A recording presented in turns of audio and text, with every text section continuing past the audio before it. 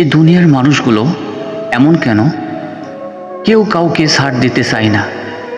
এক বিন্দু জায়গা, এক ফোঁটা সহানুভূতি এতটাই কি কঠিন হয়ে গেল? আমরা সবাই এই পৃথিবীতে এসেছি, একদিন সবাই চলে যাব। এই অল্প কটা দিনের জন্য এত যুদ্ধ, এত দম্ভ। রাস্তায় চলতে গিয়ে দেখো, একটা গাড়ি আরেকটাকে 1 ইঞ্চি জায়গা ছেড়ে দিতে নারাজ।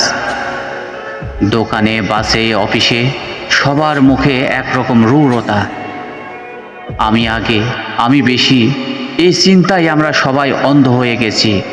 অন্যের কষ্ট, অন্যের দুঃখ, অন্যের ছোট্ট অনুরোধও এখন বোঝার সময় নেই আমাদের।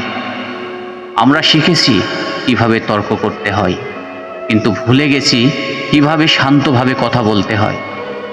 আমরা বন্ধু বানাই, কিন্তু বন্ধুত্ব রাখি না। ভালোবাসি, কিন্তু সত্য নিয়ে। ক্ষমা চাই, কিন্তু অহংকারে ডুবে ক্ষমা দিই না। নিজেকে বড় মনে করি, কিন্তু হৃদয়ে ছোট্ট হয়ে থাকি। এই দুনিয়ার মানুষগুলো এমন কেন? একটু হাসি, একটু ধৈর্য, একটু বোঝাপড়া, এসব কি সত্যি এত দুর্লভ হয়ে গেছে? সবাই শুধু পেতে চায়, কেউ দিতে চায় না। ভালোবাসা পেতে চাই, অথচ নিজে ভালোবাসতে জানে না। সম্মান চাই, অথচ অন্যকে সম্মান দিতে কুণ্ঠিত।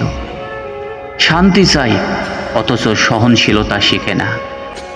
একটা সময় ছিল যখন মানুষ অন্যের জন্য নিজের খাবার ভাগ করে দিত।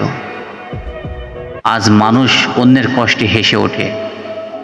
মানুষ এখন আর মানুষ না, একটা মুখোশ পরা প্রতিযোগীর দল, যাদের হাতে ঘড়ি আছে কিন্তু সময় নেই, যাদের মুখে কথা আছে কিন্তু সত্য নেই।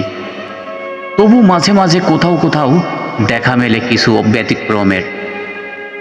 কারো চোখে করুণা, কারো মুখে এক বিন্দু হাসি। সেই মানুষগুলোর জন্যই হয়তো এখনো পৃথিবীটা বেঁচে আছে। তারা বোঝে ছেড়ে দেওয়াটা দুর্বলতা না, বরং সেটা শক্তির প্রমাণ। কারণ যার হৃদয় বড়, তার জায়গা দেওয়ার ক্ষমতাও বড়। তাই আজও প্রশ্নটা থেকে যায়, এই দুনিয়ার মানুষগুলো এমন কেন? আর সেই প্রশ্নের উত্তর খুঁজতে খুঁজতেই হয়তো একদিন আমরা শিখে যাব মানুষকে সত্যিকারে মানুষ হিসেবে দেখতে, সত্যিকারের মানুষ হিসেবে ভালোবাসতে। ধন্যবাদ বন্ধুরা।